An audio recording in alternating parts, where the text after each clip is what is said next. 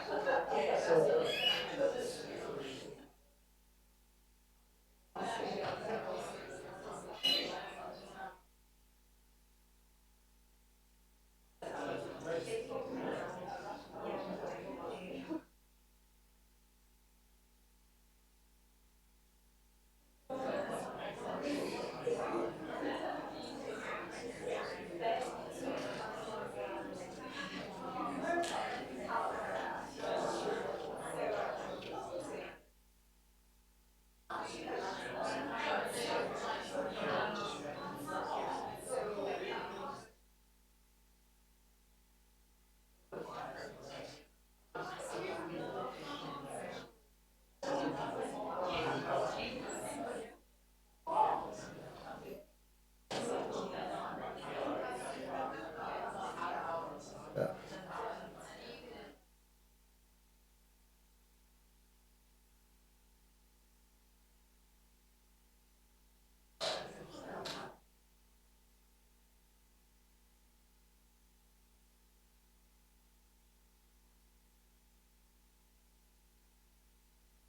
Yeah. It's not working.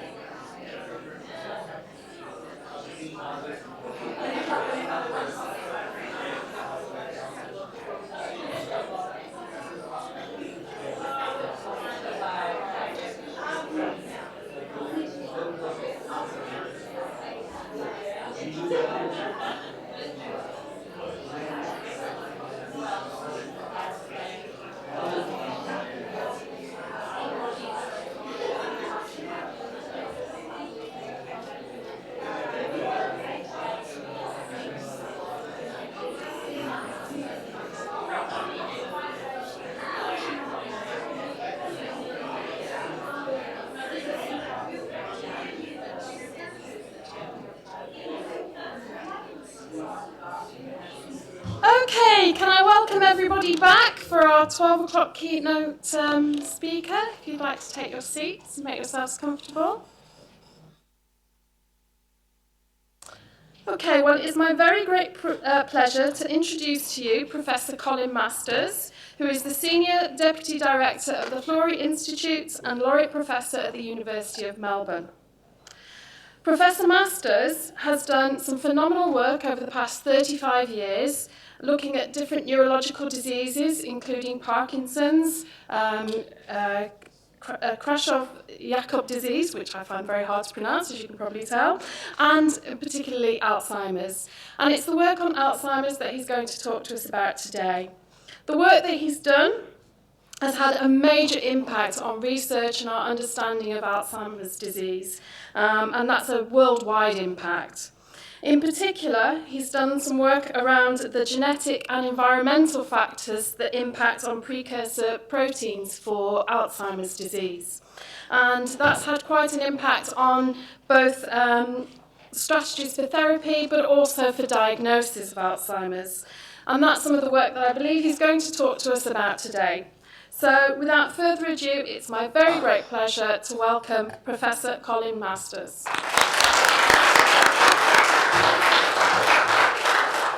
Thank you very much. Good afternoon. It's great to be here and to be able to have a complete hour of uninterrupted talk. It's rare that I get that opportunity. But having said that, I'm very happy if you put your hand up and want to interject at any point, and hopefully I'll leave some time for questions at the end. So today I'm going to tell you about Alzheimer's disease, and it's really concentrating on the disease proper. First, a few disclosures. My career is based around the amyloid plaques, so I tend to concentrate on that.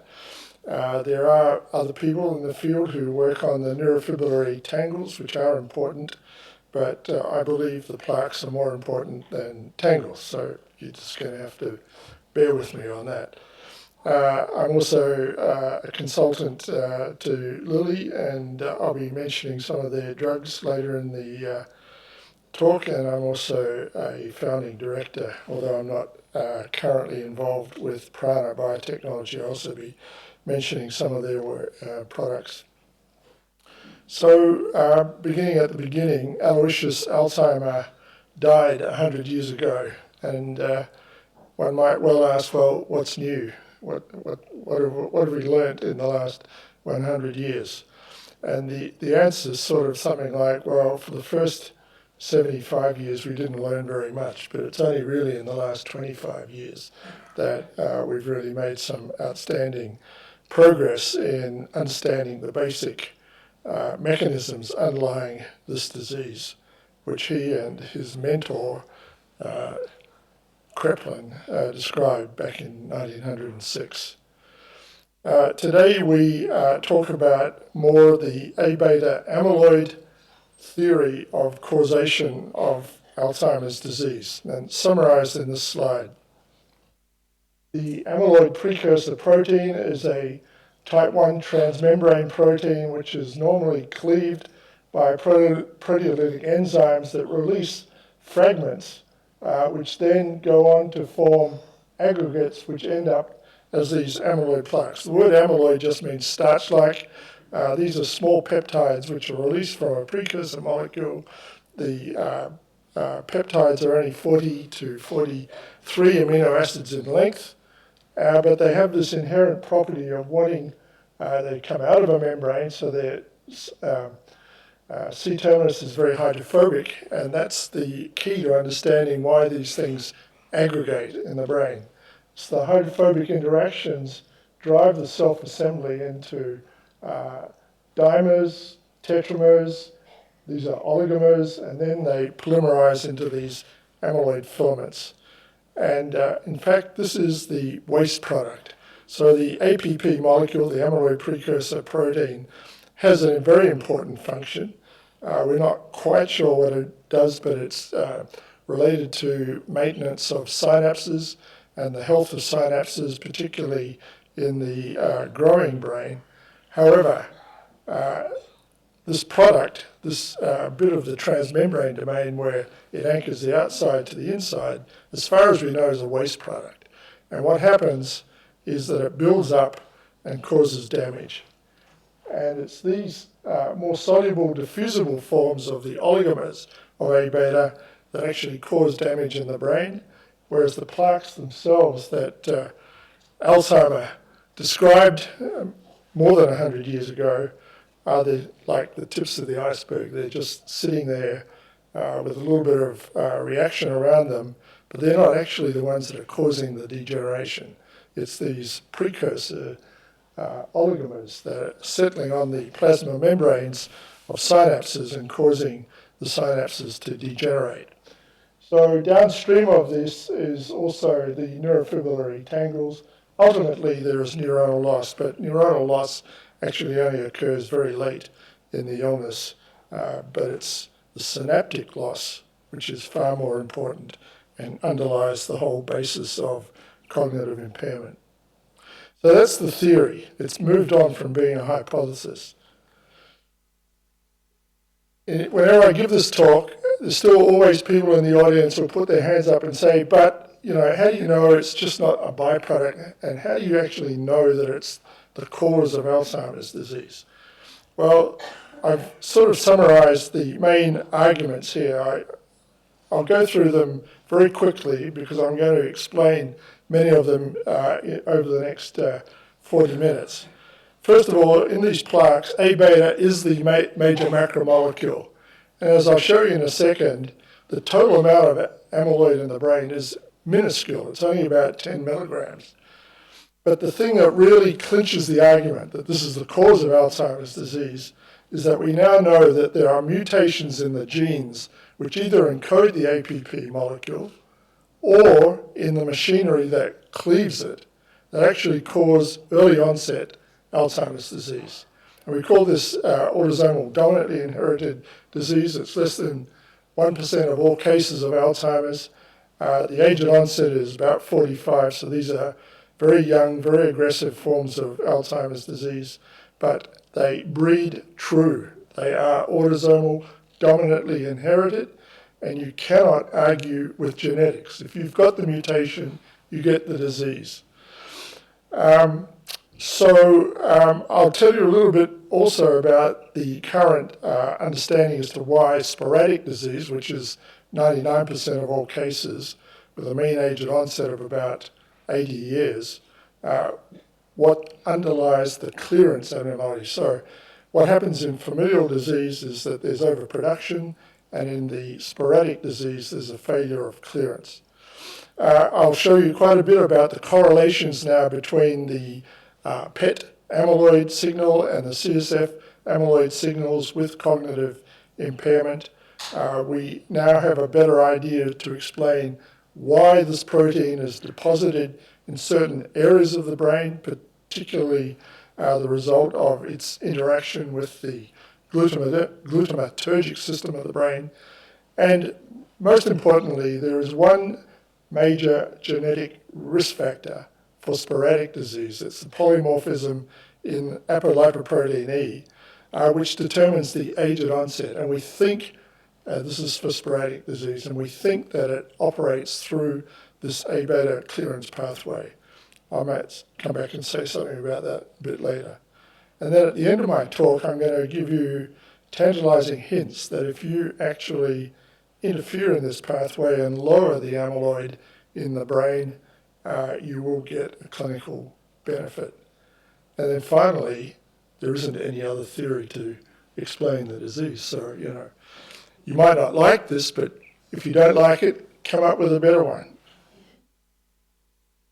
All right, so what I'm going to talk about today is also how do we monitor A-beta, this amyloid accumulation in the brain, and why are we having problems, or I don't think we do have the problem now, but up until a few years ago, it was very difficult to correlate the amount of amyloid in the brain with the degree of cognitive impairment. So if we take a piece of brain, either of a control individual or a person who's died with Alzheimer's disease, and we fractionate it into operationally 4 different biochemical pools, what we see is something like this. So these pools go as a soluble pool. This is tris-buffered saline, which is a very small pool. We can extract material in the brain with sodium carbonate, which extracts proteins off the cell membranes. And again, about 4% of the A-beta in the brain is sitting on the membrane. We can take strong chaotropes like urea or detergents and extract material that's actually much more closely associated with membranes, and there we find about 32% of the total A-beta in the brain is in that fraction.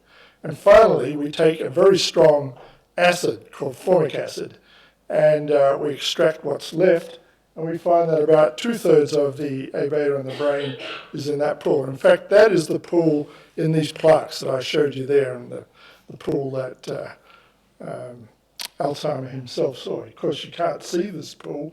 It's so small, and it's soluble, and it's just not possible to see it. Now, when we measure the amount of A-beta and cerebrospinal fluid, we think we're measuring these 2 pools. So these represent oligomers or even the monomer of A-beta, but it's a very small part of the total mass. When we measure with a PET scan, as I'll show you in a minute, a ligand that binds to the fibrilla insoluble amyloid, we think we're looking at either this pool or this pool. And it's more likely it's this pool rather than this pool. And just as a reminder, what I told you before, the total amount of amyloid in the brain in Alzheimer's disease is less than 10 milligrams. That's nothing. It's hardly anything. You can take a salt shaker and give it one flick and you've got 10 milligrams of salt sitting in the palm of your hand. It's virtually nothing. And that is why we're degenerating, and it should be easy to move it.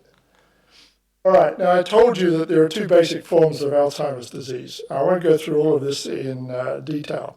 The first form, which is sporadic, we now know through the work of Randy Bateman at WashU in St. Louis that when they measure in a live human subject, either a control or a person with Alzheimer's disease, you can actually measure the amounts of amyloid A-beta being produced.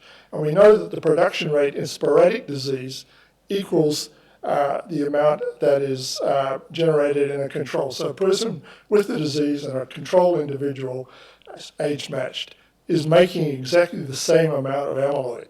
And from this, we can look at the half-life of these proteins as they're being made, and we can detect that in sporadic disease there's a failure, a relative failure of clearance by about 50%. As we look at the kinetics of the turnover of these proteins. So it's about a 50% slower rate. In autosomal dominantly inherited disease, it's the complete opposite. the production rate, because of these mutations and because you're born with these mutations, and they affect the rate at which the amyloid is being produced, we now know that in these rare forms of autosomal dominantly inherited disease, the rate of production is increased by about 20% over a control. And so you're producing that increased rate from the time you're born, or even before you're born. And so what happens there, of course, as I said before, the rare familial forms occur at age 45, and it begins at birth. In the sporadic forms of the disease, we can now, I'll show you the data in a minute, we calculate it takes about 30 to 40 years to develop it. So if we know the peak age at onset is about 80, we can say with some degree of confidence that the disease begins somewhere between 45, 50, 55, thereabouts. And that's the period that we're looking for to intervene. All right, so this oligomer of A beta that I showed you in the early slide looks something like this. This is a lipid membrane.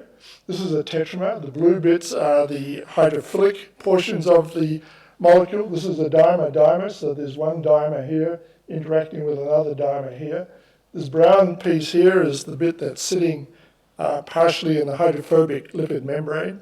And so we model this. This is based on an X-ray crystal structure, but this, of course, is a reconstruction and a putative model of what we think is actually the toxic moiety. This small tetramer is actually sitting in the plasma membrane of synapses and interfering with their normal function. And that's why the synapses degenerate and you get cognitive impairment. So about 10 years ago, we said, okay, we understand the molecular basis of this disease to a certain degree, and we understand it enough, but surprisingly, 10 years ago, we didn't understand the natural history of this disorder. So we formed a consortium in Australia called the Australian Imaging Biomarker Lifestyle Study of Aging. We abbreviated that to ABLE. And with initial strong support from CSIRO and the others shown on this slide, we assembled a cohort of individuals in Melbourne and Perth, approximately 1,000 individuals. About 600 of them were aged in their early 70s, and they were healthy controls, cognitively normal. About 200 individuals with mild cognitive impairment, and about 200 individuals with Alzheimer's disease. And every 18 months, we brought them back and given them a complete neurological survey, a neuropsychometric survey, lifestyle questionnaires, blood tests. We've got liquid nitrogen containers up to the roof here, full with their blood every 18 months. And most importantly, we've imaged them. We've taken pictures of their brains using the new PET technology and MRI scans. In aggregate, we've got a total of nearly over 5,000 person contact years in the study. We're currently assembling the data on the 90-month. The 72-month data is finished and about to be released, and the 54-month data is in the public domain. Anyone can look at it. All right, so the revolution, the reason we did this big study is because 10 years ago we knew that there was a revolution going on. And the revolution was the discovery of a small compound. Initially it was called Pittsburgh compound B, PIB for short, which has this capacity, of crossing the blood-brain barrier and binding reversibly to the amyloid fibrils in the brain. And so if you inject a dose of this Pittsburgh compound B labeled with carbon-11 and wait 60 minutes, a healthy control, cognitively normal person with no amyloid in their brains will show a retention signal that looks like this, a little bit of signal coming from the white matter, a non-specific interaction. But a person who's building up the amyloid in the brain shows this sort of picture. And this difference can be quantitated and put onto a numeric scale. It's called an SUVR, standard uptake something ratio. We now have similar ligands for the tau molecule. This is just an example of one where you can see the tau uptake, but these ligands for tau, which are reflecting the neurofibrillary tangles, have only been available in the last 12 months. So we have very little cross-sectional or longitudinal data to show you at this point on tau. Now, if you take the ABLE cohort and image them at intervals of 18 months and get 3 or more time points, you can then do the reconstruction and estimate the time it takes to go from complete normality right through to full-blown Alzheimer's disease. And this is shown in this graph here, where the cutoff between normal and abnormal has been established with an SUVR of 1.5, and the level of 2.33 is that which is the mean level in a mild to moderate case of Alzheimer's disease. And so if you do these scans and do the calculations, you can do this, you come up with this result, that it takes approximately 20 years to go from the cutoff up to full-blown abnormalities, which is a rate of change of approximately 3% per annum. And you can do also back calculations to complete normality. So people in their youth, in their teenagers or early 20s or 30s will have a value down here. We can ask, how long does it take to go from here to here? And the answer is about 10 years. So from this sort of calculation, we can say with some confidence now, which we couldn't say before, that it takes approximately 30 years from go to woe. Now you can see this curve is leveling off. People with this degree of amyloid in their brains generally live only another 5 years or thereabouts. But you can see that the total natural history of the disease is sort of summarized in this slide. And that's very important information. Also note over here that when we divide these values up into people with Alzheimer's, people who have what we now call prodromal Alzheimer's or mild cognitive impairment, or cognitively normal individuals, you can see there's tremendous overlap in these values. And that's been one of the problems in nutting out how to manage and interpret this overlap between the cognitive states as you go from preclinical to prodromal to full-blown clinical Alzheimer's disease. It's also been discovered, as I alluded to earlier, that if you measure the amount of A-beta in the cerebrospinal fluid through a lumbar puncture, what happens is that as the disease goes through its normal natural history, the amount of A-beta that you can measure in the CSF actually falls. And that's a result of an absorption of the material into the insoluble material that's sitting bound up in these plaques. And so when you calculate and compare the PET scan on this axis here, for example, with the level of A-beta in the brain, you see this type of relationship in the Australian data and also in the American ADNI, the Alzheimer's Disease Neuroimaging Initiative. There's a very good correlation overall between the PET scan and the CSF levels, particularly in this region of the curve. In younger individuals who are normal, you can see the shape of the curve there doesn't really allow great flexibility in interpretation. Nevertheless, that relationship is there. So we can do this sort of calculation. This is the graph that I showed you before. We can line that up, the 0 point here, or the point of converging to the absolute level of disease, and we can line them up and we can see the rate of change of the CSF drop compared to the increase signal in the PET scan. And you can see there's a rough correlation, which is good to know because CSF test costs about $200 and a PET scan costs about $2,000. All right, now when we also can look at it slightly different when we say, okay, how long does it take to get to a CDR of 1? A CDR of 1 is a clinical dementia rating of 1, which is abnormal. People with CDR1 would normally be accepted as having a full form of dementia. And you can do the back-off calculations. The red curve here is the rate at which it goes from cutoff to full dementia.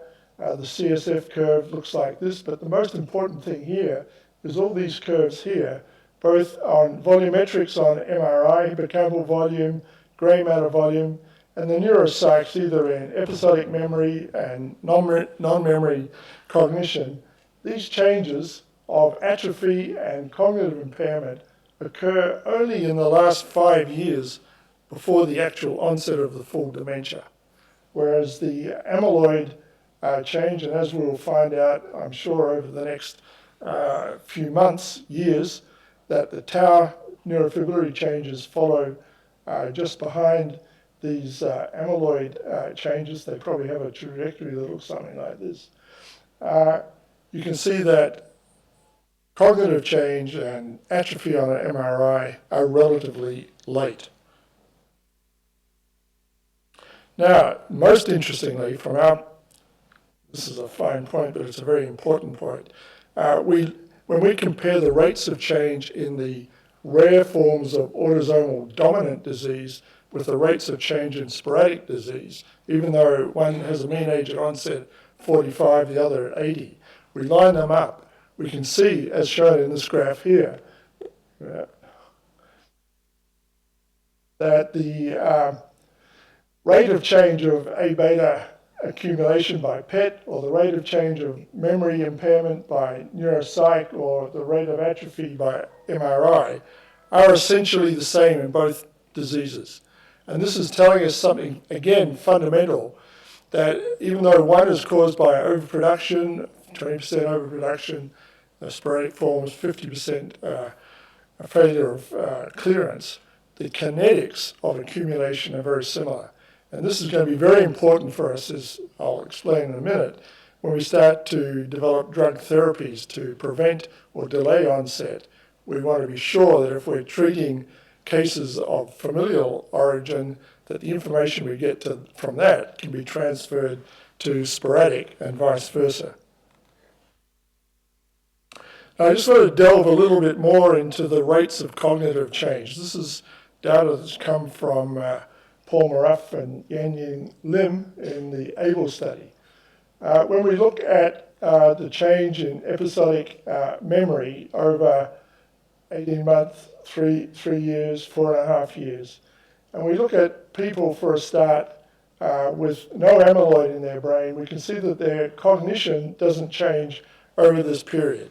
However, these are people who are rated as cognitively normal, so they're not mild cognitive impairment and they're not demented, Alzheimer's disease. These are people who are in the preclinical phase of the illness. Mean age about 72 to 73. However, if on PET you've got amyloid in your brain and you're what's called an E4 positive, you are on this slope. Whereas if you're E4 negative, this is the apolipoprotein E polymorphism that I mentioned before. Depending on whether you inherited E4 plus or minus from your parents will determine the slope at which you express cognitive impairment. And just as a finer point on that, we've now broken these two curves down by also a polymorphism that exists in every one of us in this room, and that's a polymorphism in the brain-derived growth factor, BDNF, such that if you've got amyloid in your brain and you're E4 plus and you're carrying the MET allele of BDNF, you're going to hit this magical figure of 1.5 standard deviations departure from normality in less than 3 years. Whereas if you're a E4 plus, but you're carrying a valine polymorphism, you're on this slope. And if you're E4 negative, you're on this slope. I'm going to show you a few more aspects about these slopes here. This is the same data plotted slightly differently, but it illustrates a very important point. These are the people who have no amyloid in their brain over 72 months. And you can see that they're not going anywhere from a cognitive point of view. These are the E4 negatives over this period of time. These people have got amyloid in their brain. However, you can see the slope of that curve means that they're not going to hit this one standard deviation cutoff for 20 to 25 years based on that rate of decline. And also, if you're an E4 plus, you can see that you're going to hit this magical figure here in about 4.5 years. This one standard deviation is the current definition of a person who's got mild cognitive impairment. So it's one standard deviation away from complete normality. We now refer to these individuals as having preclinical disease, rather than just calling them, prodromal disease. Once you get past this red line, you're into the prodromal stage. Once you're before that, above that line, you're in the preclinical phases of the illness. This is the same data I went. So again, from a practical point of view, we have to be realistic here. We can only measure these changes over 3 years, as shown here. So baseline to 3 years. This is the maximum length that most of the clinical trials are running with at the moment. So again, we have to deal with this slope. And another important point is that the rate of decline in this slope here is only a 30% difference from this slope here. Keep that figure of 30% in mind. Because when we do the power calculations to calculate the numbers of individuals needed to see a change of this magnitude in a clinically normal population, we come up with this figure of 30%. We need about nearly 500 individuals in a study, which is entirely feasible given our current worldwide resources. I won't go through that. All right, so I want to apply some of that knowledge to stuff which is in the news. About 2 weeks ago at the Alzheimer International meeting in Washington, D.C., there was the announcements of results from antibodies made by Biogen, an antibody called aducanumab, and further results of an antibody made by Lilly, which is called solanezumab.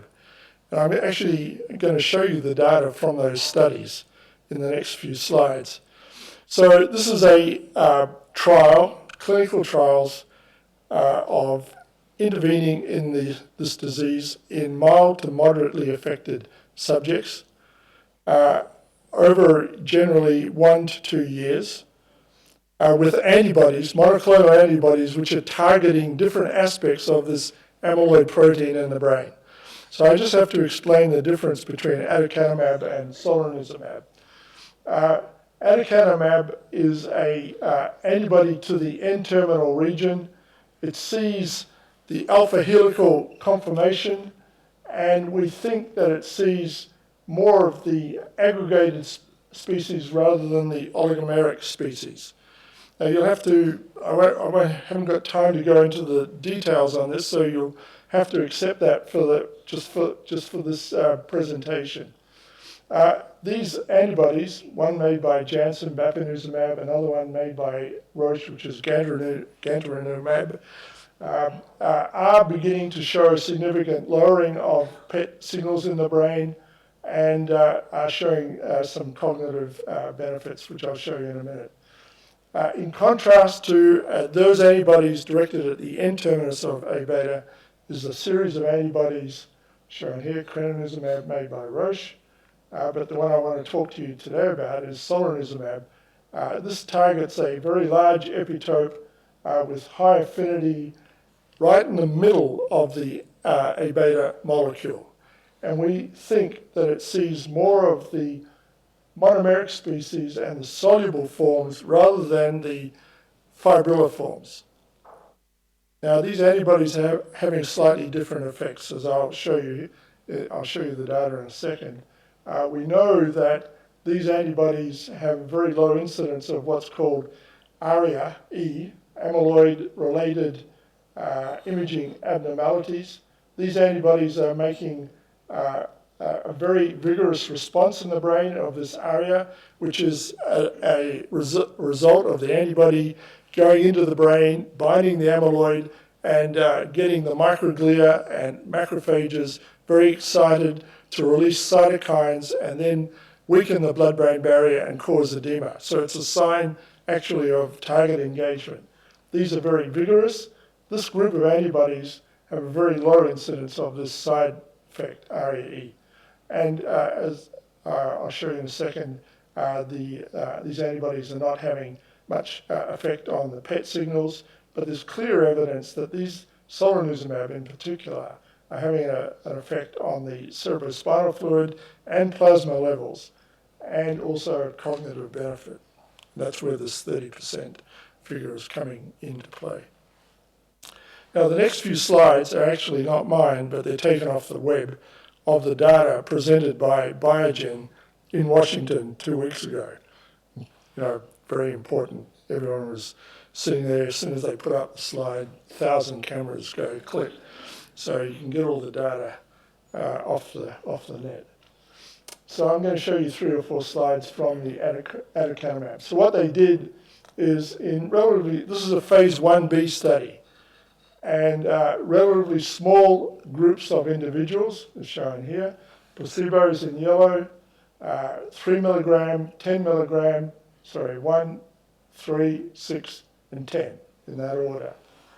And these are the results for the CDR sum of boxes. And you can see that there's clearly, as you go down this way, it's an improvement. As you're going up, you get worse. So the placebos are sitting up here, and you can see that clearly there's a dose-related benefit over a period of 54 weeks with this antibody.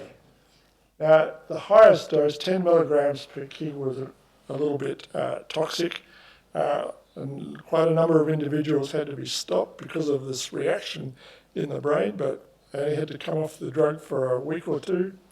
They recovered and then were put back on the drug at a lower dose. Most importantly, from my biased point of view, is that this particular drug is having a dose-related effect on the PET signals. So compared to baseline, 26 weeks and 54 weeks, this is what it looks like. Most importantly, at the highest dose of 10 milligrams per cube, at 1 year, this level of reduction is almost taking it back to baseline levels. So here for the first time, we're seeing an antibody that can actually reverse the amyloid load in the brain. This was the effect on mini-mental, and the results there weren't quite as, the results were encouraging in as much as if your amyloid in your brain declined, you showed a better response than if your amyloid in the brain didn't decline as much. And that's a slide showing the numbers of cases with this side effect, and you can see that if you're an E4 carrier, you can have up to 35% incidence of this adverse event. However, Biogen believe that this is manageable. Now, so that was very exciting. First evidence that reducing the amyloid in the brain can have a cognitive benefit. But this is only a phase 1b study. They're now into a phase 3 study, and we have to wait another 2-3 years to get the results of that. The results from Lilly on solanezumab were published on the day that this data was presented in Washington 2 weeks ago, and I'm just going to show you 2 slides on that from their publication. This is a study of what's called Expedition 1 and 2, a study of this drug solanezumab over 18 months and then another 18 months in an open label extension study. And the theory behind the study is that if you have a placebo-controlled start down here, so the placebos are getting worse than the people who are on drug, and you can measure a difference at the first major time point, which is the end of the double-blind control. If you then cross everyone onto open-label drug, and you see this effect, where the people who are crossing from placebo onto drug maintain this difference over an extended period of time, this can be taken as an effect which we call disease modification. In other words, if this drug was acting purely symptomatically, we would see the convergence of these curves at a certain point over time. However, if they stay separated, particularly over about 18 months, we can say that this is evidence for actual disease modification. That is, the drug is actually getting in there and modifying the underlying pathological process. All right, so the data that was released is shown here. So we'd previously seen this in each one of these. This is the ADAS-Cog, which is a cognition test. This is a ADCS test of daily function. This is the CDR sum of boxes. This is the mini-mental. Going up is getting worse, going down is getting worse, and so on. Blue is placebo, red is active. And this was the double-blind study, and up until this point in each one of these, you can see that, and this was previously published. We'll just look at some of the boxes for a start anyway. You can see that this separation, the rate of change of these two groups, is this magic figure of 30%. The slope of the difference between the active and placebo in solanezumab is about 30%. So at 18 months after double-blind study, the conclusion was that this is slowing down the rate of cognitive impairment by about 30% in mild Alzheimer cases. The next set of data is the new data that just came out. You can see with each of these parameters that indeed the people who went from placebo onto active maintained this difference in parallel. And from this, the conclusion was made that this is tentatively evidence of disease modification, which is something that we've all been looking for. But most importantly, this study, which was the result of two large phase 3 studies costing hundreds of millions of dollars, is currently being repeated in mild and in preclinical and in prodromal disease. And we expect the results of the first set of results to come out at the end of next year. And at the end of next year, these studies are still valid.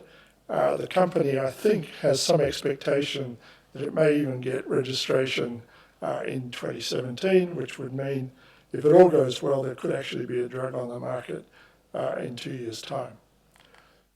All right, so now I just want to finish up telling you about some of these preclinical studies that we're doing in collaboration with Lilly and the NIH at the moment. The first study that I'm telling you about is the A4 study. It's an acronym for anti-amyloid treatment in asymptomatic Alzheimer's. And the way it works is that it's a cognitive and neuroimaging and other biomarker study in people who are cognitively normal. So we're now recruiting in Melbourne to achieve about 100 people. We'll be the world's largest site. This is going to be a study of about 1,000 individuals, 1,000 in North America and 100 in Melbourne. In America, they've got about 60 sites, each site with about 20. In Melbourne, we have one site with about 100. So this is putting solanezumab into people, in infusion once a month for 3 years in clinically normal individuals who've got a positive PET scan. We know that in your late 60s, early 70s, about 1/3 of the population have a positive scan. And so we now are recruiting individuals to go into this study.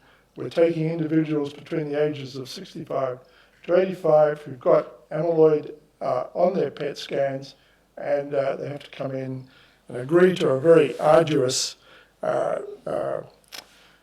regime of having an infusion of this antibody once a month for 3 years. It's a very big ask, but we're getting a lot of volunteers. And so far, we've got about 20 people in Melbourne, so we hope that the study will finish recruiting by early next year or the middle of next year, and then we have to wait another 3 years after that before we get a result. And the outcome, of course, is can we delay the onset? Can we change that slope that I showed you before in the preclinical disease? If we can change the slope of an E4 plus individual to an E4 minus, that's a 30% change in the slope. Remember what that means. It means that we can actually delay the onset of disease by about 20 to 30 years, which would be a fantastic outcome. Now, at the same time, the same drug and some other drugs are also being given in trials to people who are carrying mutations in the genes that cause early onset disease. And these are people who we know are going to get the disease at age 45 or thereabouts. But we're taking them in when they're completely normal, 25 to 45, before the onset of any cognitive impairment. And we're asking the same question. So there, in Australia, we have 3 sites, Sydney, Melbourne, and Perth.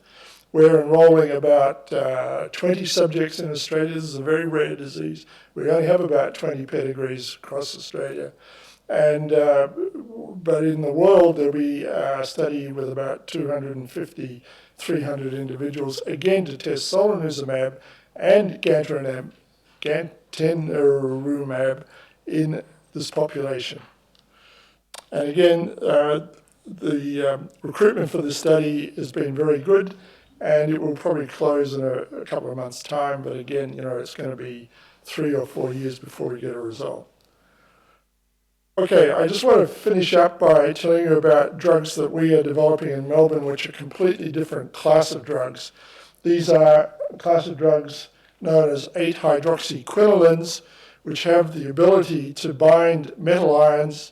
And when the theory is that these drugs are very effective at getting over the blood-brain barrier, they can interfere with metals like copper and zinc binding to dimers of A-beta and then causing the dimer to fall apart into the monomer, and the monomer can then be degraded. At least that's one theory. And the structure of these drugs is shown here. Rather simple drugs. The initial parent drug had iodine here. This was found to be toxic. The more recent invention of this drug looks something like this, and it's given the code name of PBT2. So we've done several studies. I won't go through the details of that. We've done 2 phase 2A studies with this drug. The first one was only in about 80 individuals, only for 3 months.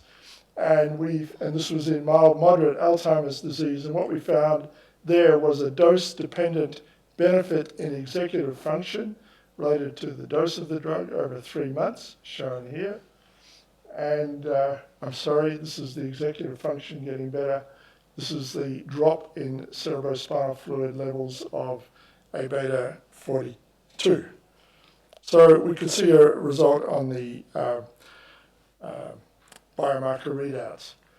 We've just recently finished a 12-month study, a pilot study, seeing if we can shift the PET signal. We had some rather ambiguous results. However, the placebos declined where they were supposed to go up. So unfortunately, this messed up the results. However, the active group declined over a year. Then we went on to an open label study with 27 subjects. Over this period of time, we saw a significant drop from here to here in the PET signal. Compared to the historic ABLE controls that I've shown you in previous slides, there was a significant difference between there and the historical controls. So we take this as encouraging evidence that this drug is capable of shifting the amyloid signal, and we're now in the process of gearing up to find funds to do a much larger study.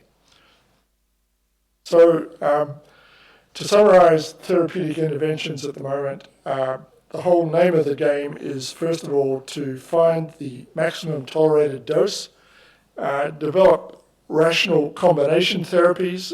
We don't, at least from the evidence that we've got today, I don't think there's going to be a magic bullet.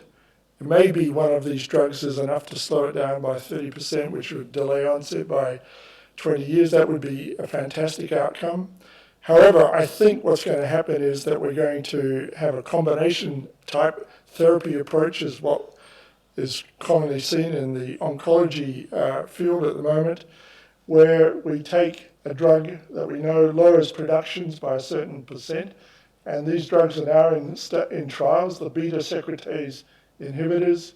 We're going to stabilize and neutralize these oligomers in the brain, either with drugs like Prada type drug or a monoclonal drug like solanezumab, or we're going to take an antibody like aducanumab, which is very powerful, binds the N-terminus, and really helps the body clear it out of the brain.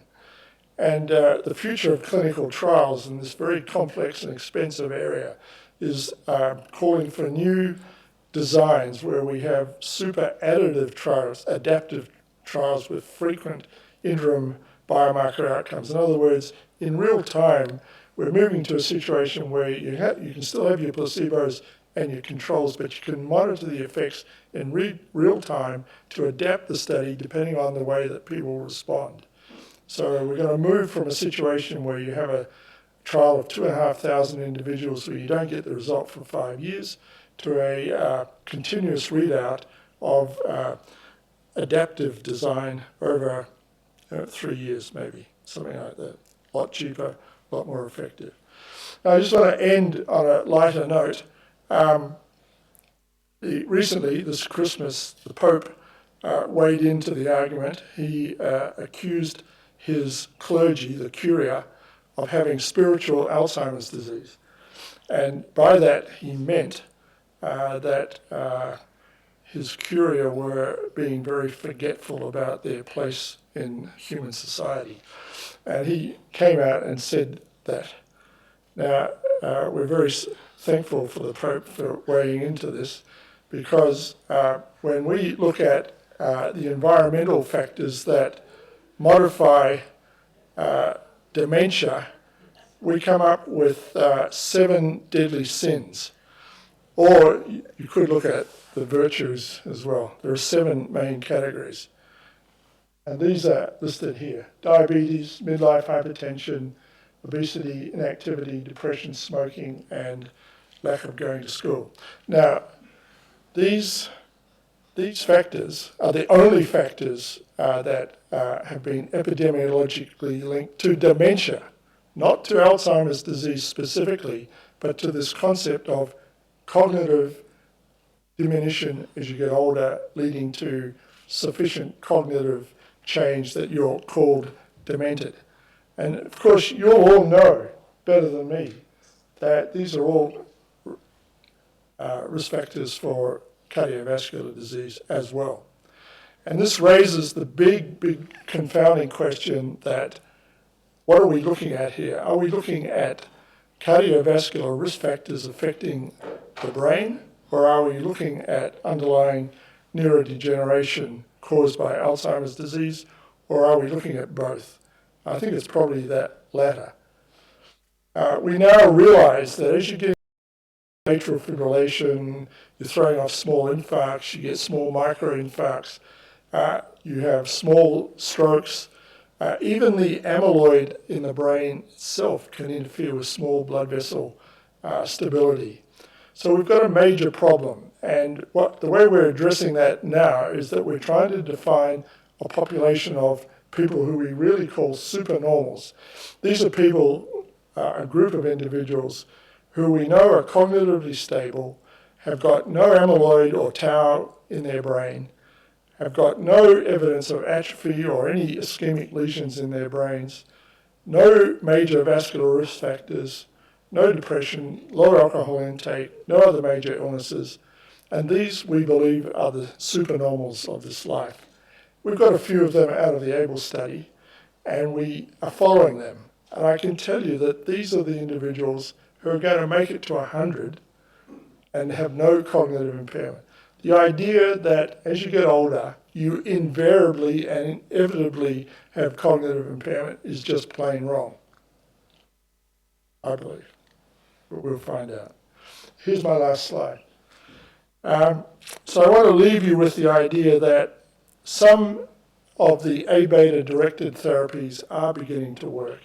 It's taken a long time.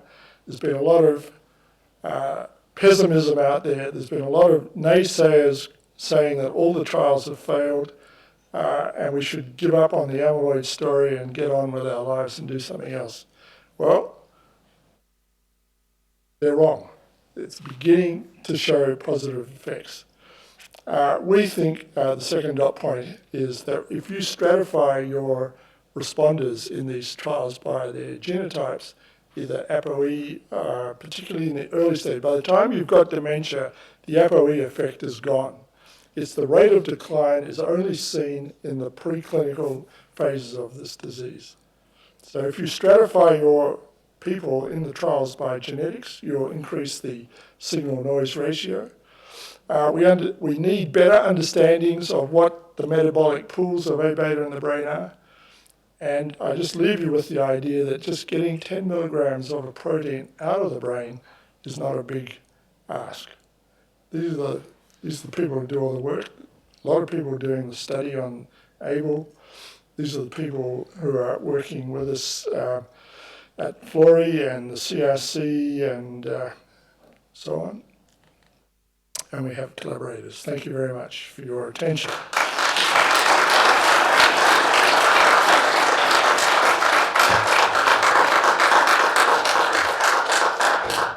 Fantastic. Thank you, Professor Masters. I think you've given us some real food for thought there.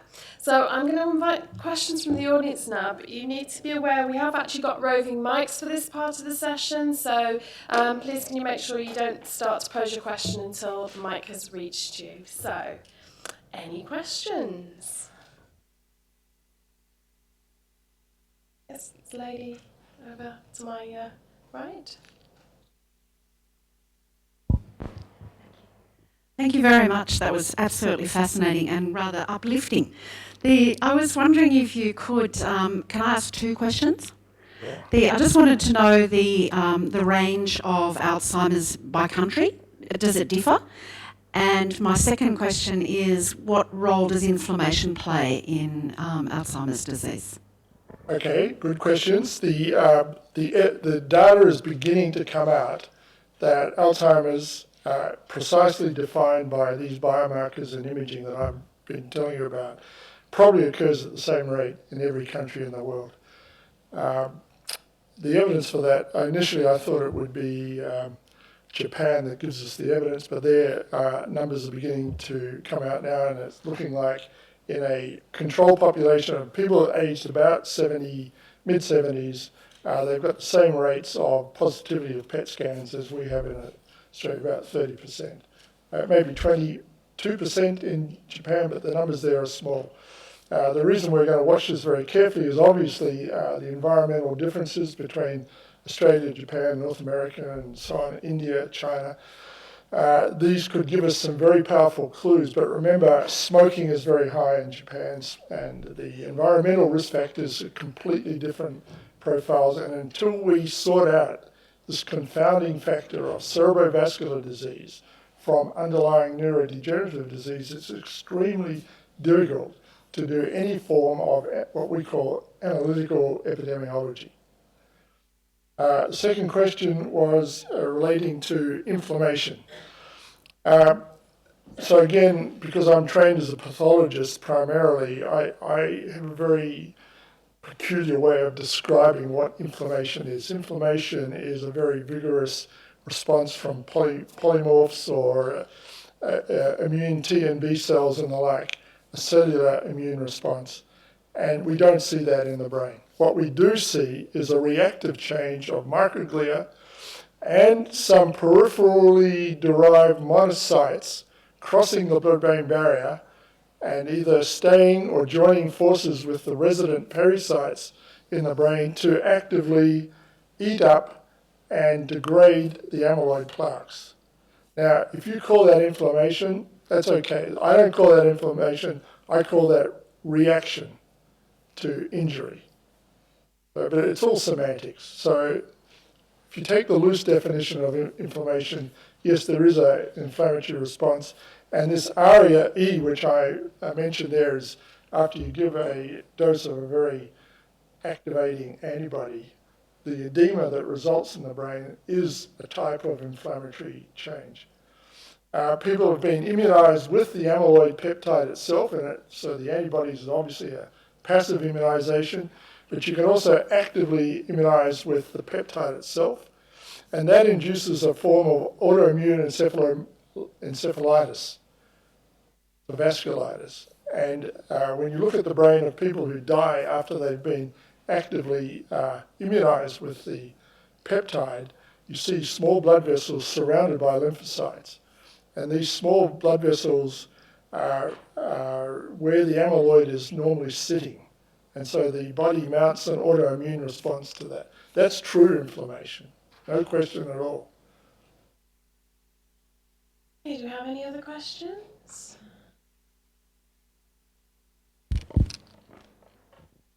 Thank you. My questions are a little bit more simplistic than that.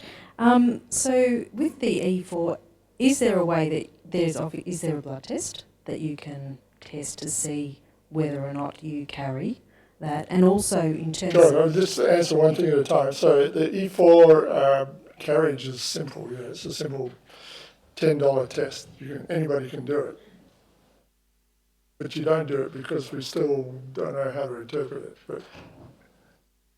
And in terms of environmental factors, there's lots of evidence out there, but have you looked into, or are you aware, are there things that we can do in our everyday life to avoid the risk of getting it? Yeah. So, brain health depends upon good cardiovascular health. So if you eliminate all the cardiovascular risk factors, then that's a major achievement.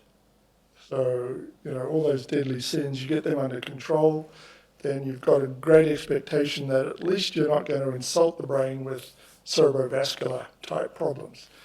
What can we do to environmentally to slow down this amyloid or tau deposition in the brain? Answer, we don't know. Nobody's done the work, and nobody knows. There is a little bit of evidence coming out of the ABLE study from our colleagues in Perth, who can show the effects of physical exercise and diet having about an 8% effect on the variance of the PET signal in the brain, in the direction that you would expect. So if you adhere to a Mediterranean diet, or if you're more physically active, you can see some correlation with the PET signal. Now, to me, that's great, but it's a very minor effect. And it's early studies, and it's got to be replicated independently and so on and so forth.